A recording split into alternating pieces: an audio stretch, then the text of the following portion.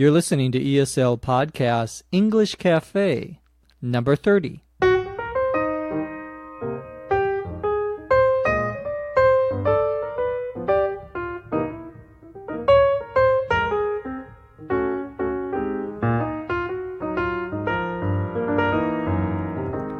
This is English as a Second Language podcast, English Cafe. I'm your host, Dr. Jeff McQuillan, coming to you from the Center for Educational Development in beautiful Los Angeles, California. On today's cafe, we're going to be talking about news and the internet. We will tell you a little bit about what Americans feel and think about the environment. And as always, we'll answer a few questions. Let's get started.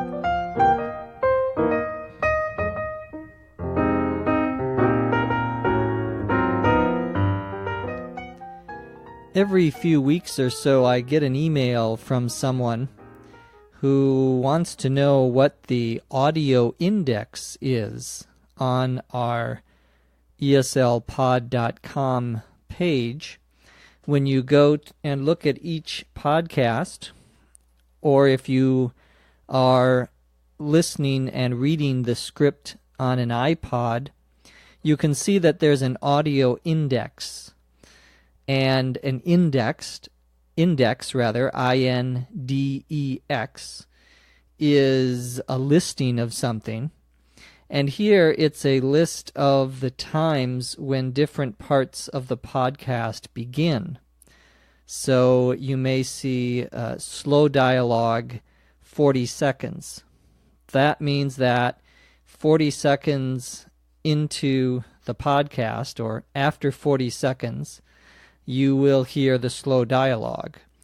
And then the explanations will be at a different time, and the fast dialogue will be at another time. So if you want to listen to the fast dialogue first, you can just use your iPod or your iTunes and go to that point in the podcast and listen. I'm going to talk a little today about the internet and news on the internet. There have been several stories in the last few weeks about the rise of, or the increase in the number of people who get their news only from the internet. They don't subscribe to a newspaper, and they don't watch the national news shows that are on every evening. There are 3 national news shows on, at least 3, every day, and 10, 15, maybe 20 years ago, most people watched these television shows. They're usually a half hour long. But now people are getting their news from the internet, and of course, now it's possible to listen and watch the news by going on the internet. And so things have definitely changed. A recent article on this topic quotes someone saying, "Television is never going away, I don't suspect. But people are going to be watching a lot of content on the internet." When the person says television is never going away, to go away usually means to leave.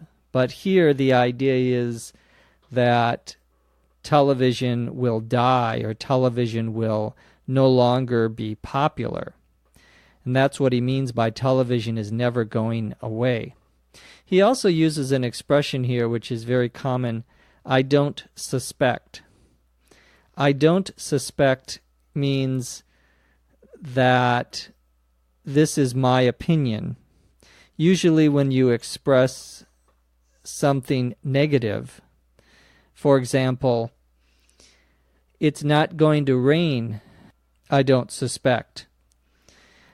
It's something that comes sort of at the end of the sentence.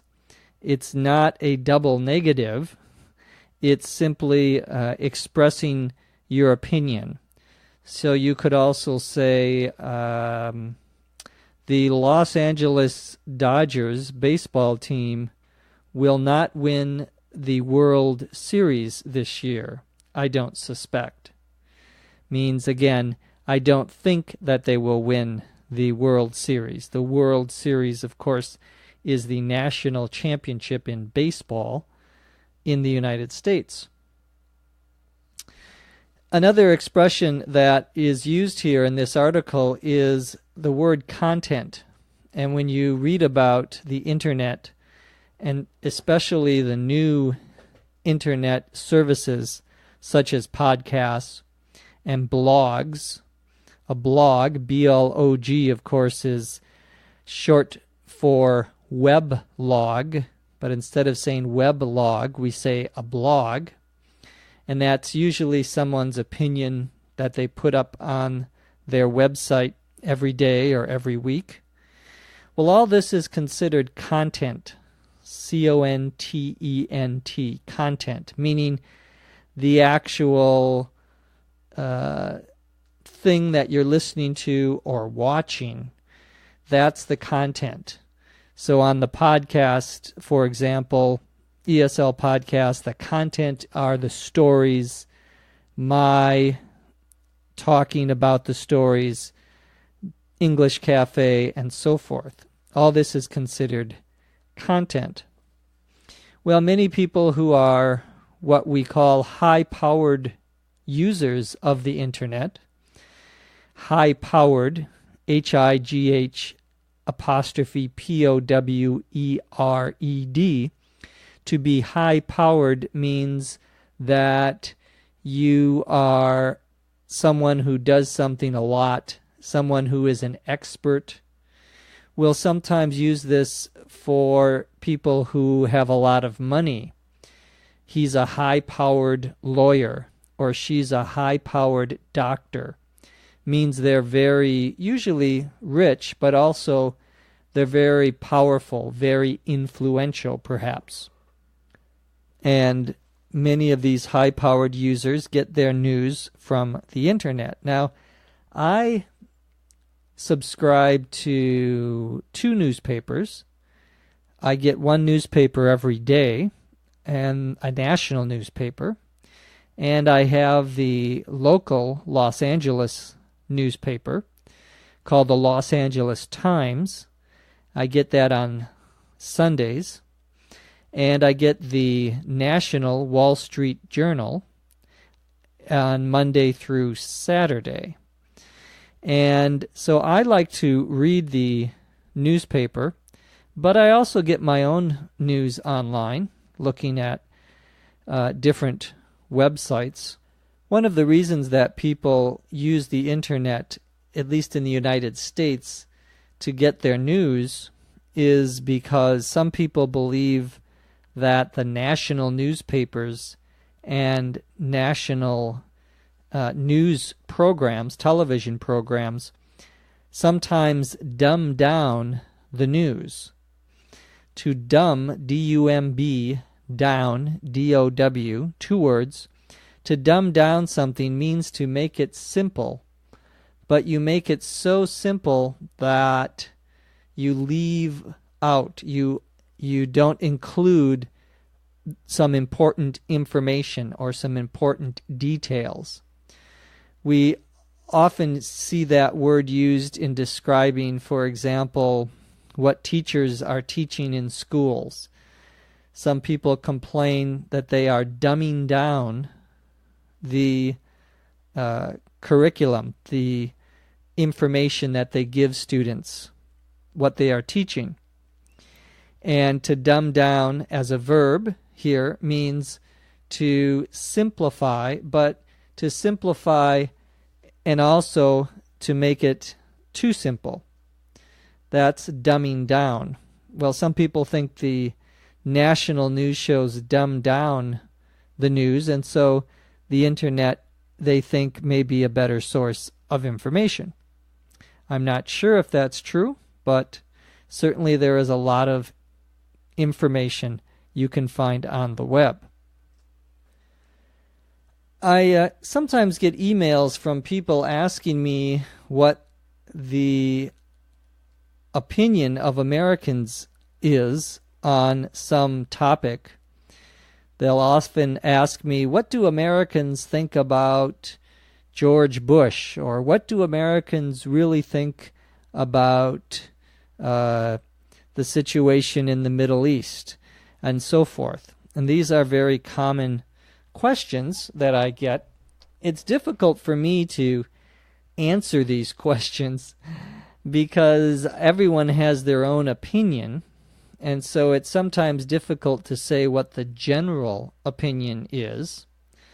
But one way to do that, one way to answer this question about what Americans think about different subjects or topics, is to look at an opinion poll. An opinion poll, P-O-L-L, is when a company, usually a newspaper, but sometimes a private company, will go and ask people what their opinion is. Usually they'll give them a question and ask them which answer they agree with. This is usually done by the telephone, and they have a random, what we would call a random sample. A random, R-A-N-D-O-M, sample, S-A-M-P-L-E. A random sample is when you have a large group of people, say 300 million people, but you can't call 300 million people. Well, statistically, you can pick people at random, and that will represent the opinions of the bigger group. So these are usually 1,000 or 2,000 people that they talk to. The most famous poll in the United States is called the Gallup poll, G-A-L-L-U-P. And that was a poll company that was started by George Gallup many years ago. And there is usually a Gallup poll on a different topic every week or a couple of weeks that you will read about or can read about in an American newspaper. And I thought we would look at one about the environment, since there has been a lot of interest in the environment, especially with the recent hurricanes in the United States, Hurricane Katrina, and other strange weather that we have been experiencing, at least in North America. We have gotten lots of rain here in California, for example, where it doesn't normally rain very much. So many people are interested in the environment and what is happening to the environment. People were asked in this particular Gallup poll, this particular survey, what they thought were the most important problems.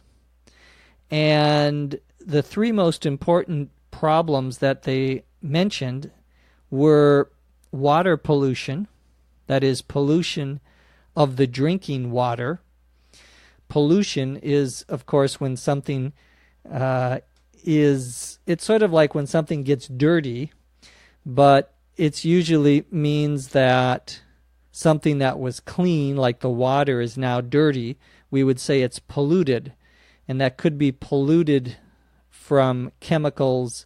It could be polluted from an oil spill or many other possibilities. So people are very concerned about pollution.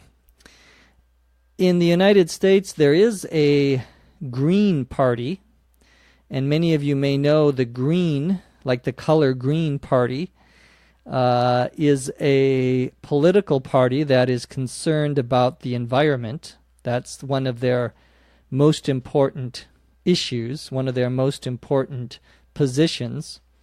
The Green Party is not very popular in the United States. Probably less than 5% of people vote for the Green Party when there is someone running for office, someone trying to get elected. But most people have heard of it. So There are a lot of people who are interested in the environment, but aren't necessarily politically active. Well, as I say, one major concern people have is pollution. Another concern that people have in the United States, as they do in many countries, is what is called global warming. Global, Global, warming, Warming. Global warming is the idea that the temperature in the Earth's atmosphere is rising, and it's getting hotter, if you will, across the Earth.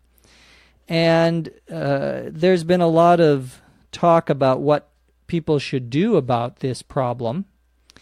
But I thought it was very interesting. Many or most Americans believe this is a serious problem.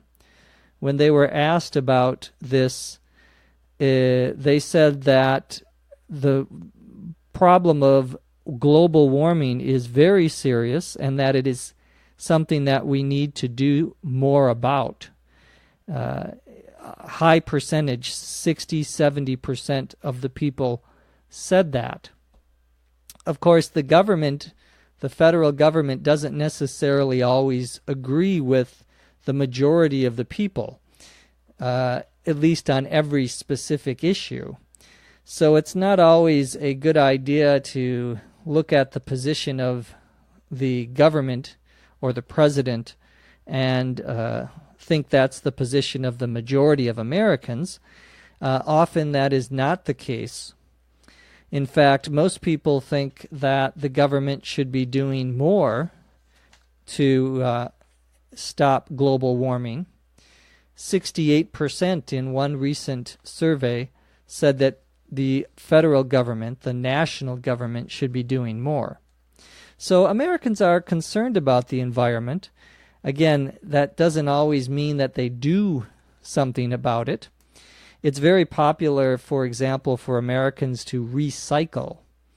To recycle, R-E-C-Y-C-L-E, means that when you have newspaper, for example, you put it in a special place so that they can use the newspaper again. They can use or reuse that paper. And that's called recycling. And most cities, big cities in the United States, have a place where you can put your recyclable goods, things like cans and bottles, paper, and you put that in a separate place, and they will, when the city comes by every week to get your trash, to get your junk, they will also pick up things for recycling. We do that here in Los Angeles. So many people are concerned, but as I say, not necessarily involved politically on that question. Well, now let's answer a few questions.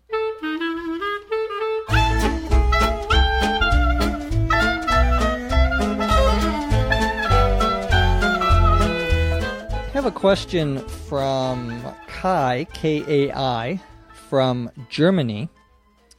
Kai wants to know about the pronunciation of some common words in English. Recently there was a movie in the United States about a famous writer from the 1960s, and his name was Truman Capote. And the last name, C-A-P-O-T-E, was the name of the movie, Capote.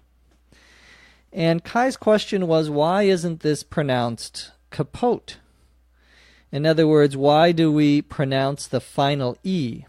As you know, in English, the E at the end of the word is usually what we would say silent. That is, you do not pronounce it. But in capote, you do. There are other words like this as well. For example, the famous running shoe company, the company that makes very famous tennis shoes, is Nike, N-I-K-E. It's not Nike, it's Nike. There is also a company, internet company, software company, that makes many different types of software, and it's called Adobe, Adobe. Once again, the E at the end is pronounced. We don't say Adobe. Well, generally speaking, normally we do not pronounce the E, but there are some exceptions. These are often names of things, of people or companies that they decide they want to pronounce it with the E at the end. And the general rule in English is that what are called proper nouns, proper, P-R-O-P-E-R, names of things, for example, are proper nouns, that you can pronounce those however you want, depending on who you are. People, for example, pronounce their last names very differently sometimes, even if they are spelled exactly the same. So, and there are lots of examples of this. So, there's sort of a freedom to pronounce things how you want. Also, many words come from other languages, and we use them in English. For example, Nike comes originally from a ancient Greek word. Nike was the goddess of victory in ancient Greek mythology. So that's also a reason why some of the words are pronounced differently. So thank you, Kai, for that question. Christophe in France, right next door to Germany, he wants to know the difference between the expressions think of something and think about something. That's a good question. To think of something, for example, I am thinking of the beach, can sometimes mean the same as think about. I am thinking about the beach. They both can mean in my mind or in my imagination, I am thinking, I am seeing the beach, if you will. I am thinking about or thinking of. However, think of can sometimes have a different meaning. For example, I need to think of a good reason not to go to dinner tonight. I need to think of means I need to plan or invent or come up with a reason. So sometimes we use the expression think of when we need to invent or create a new reason or idea about something. Usually, however, think of and think about are used to mean the same thing. Question comes from China, from X Snake, and I'm not sure if that's a man or a woman, but X Snake has a question about a term that he saw when he was reading something recently, and that was think tank. What is a think, T-H-I-N-K, tank, T-A-N-K? 2 words, think tank. A think tank is an organization that tries to come up with new ideas about a topic. It's usually a political organization that writes reports and has conferences about a certain topic. Usually there are some experts that are members of the think tank, and their job is to think about certain political ideas. There are lots of political think tanks in Washington, D.C., and other parts of the country in the United States. Some of these are political conservatives, like President Bush, for example, the Heritage Foundation, for example, the American Enterprise Institute. These are 2 think tanks, conservative think tanks. There are also liberal think tanks. The Brookings Institute is a think tank on the political left side of the spectrum. But you can have a think tank about almost anything. Usually these are, as I say, people who are supposed to be experts on a topic, and they write papers, they write reports, they give speeches about a particular topic. So thank you, X-Snake, for that question. Question from Alessia in Torino, Italy. Alessia wants to know when we say good morning, good afternoon, good evening, and good night. What time of day do we say those expressions? Do we use those expressions? Well, good morning is always used from the time that the sun comes up, 5 or 6 o'clock in the morning, until noon. Now, sometimes people will use it at late at night, after midnight, but usually we use it in the morning when it is light, until about 12 noon. After 12 noon, you say good afternoon. And you can say good afternoon usually until 6 o'clock at night. And after 6 o'clock at night, or 6 o'clock in the afternoon, we sometimes say both expressions. After 6 o'clock, then you would say good evening. So if you were walking down the street and you saw someone after 6 o'clock at night, you could say good evening. Actually, here in Los Angeles, you probably wouldn't say anything to them. People don't usually say hello to each other just because they are both walking down the same street, at least here in California. But good evening is what we use after 6 p.m. Good night is only used when you are saying goodbye to someone after 6 p.m. So if it's 10 o'clock at night and you are leaving someone's house, you would say good night. You would not say good evening. Good evening is only when you are greeting someone, when you first see someone. Frederick in France has a question about an abbreviation he saw, COB. If someone says, I need something COB, what does that mean? Well, Frederick, it's not a very common abbreviation. It means close of business, meaning at the end of the day. So if you say, I need something Friday COB, that means you need it before the office closes or your office closes on Friday. But it's not that common of an expression.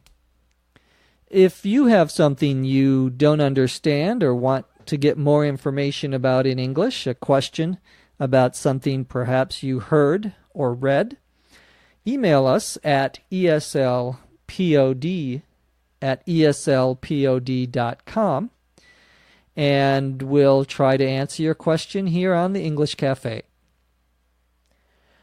From Los Angeles, California, I'm Jeff McQuillan. As always, thank you for listening. We'll see you next time on the English Cafe. ESL Podcast English Cafe is written and produced by Dr. Jeff McQuillan. This podcast is copyright 2006 by the Center for Educational Development.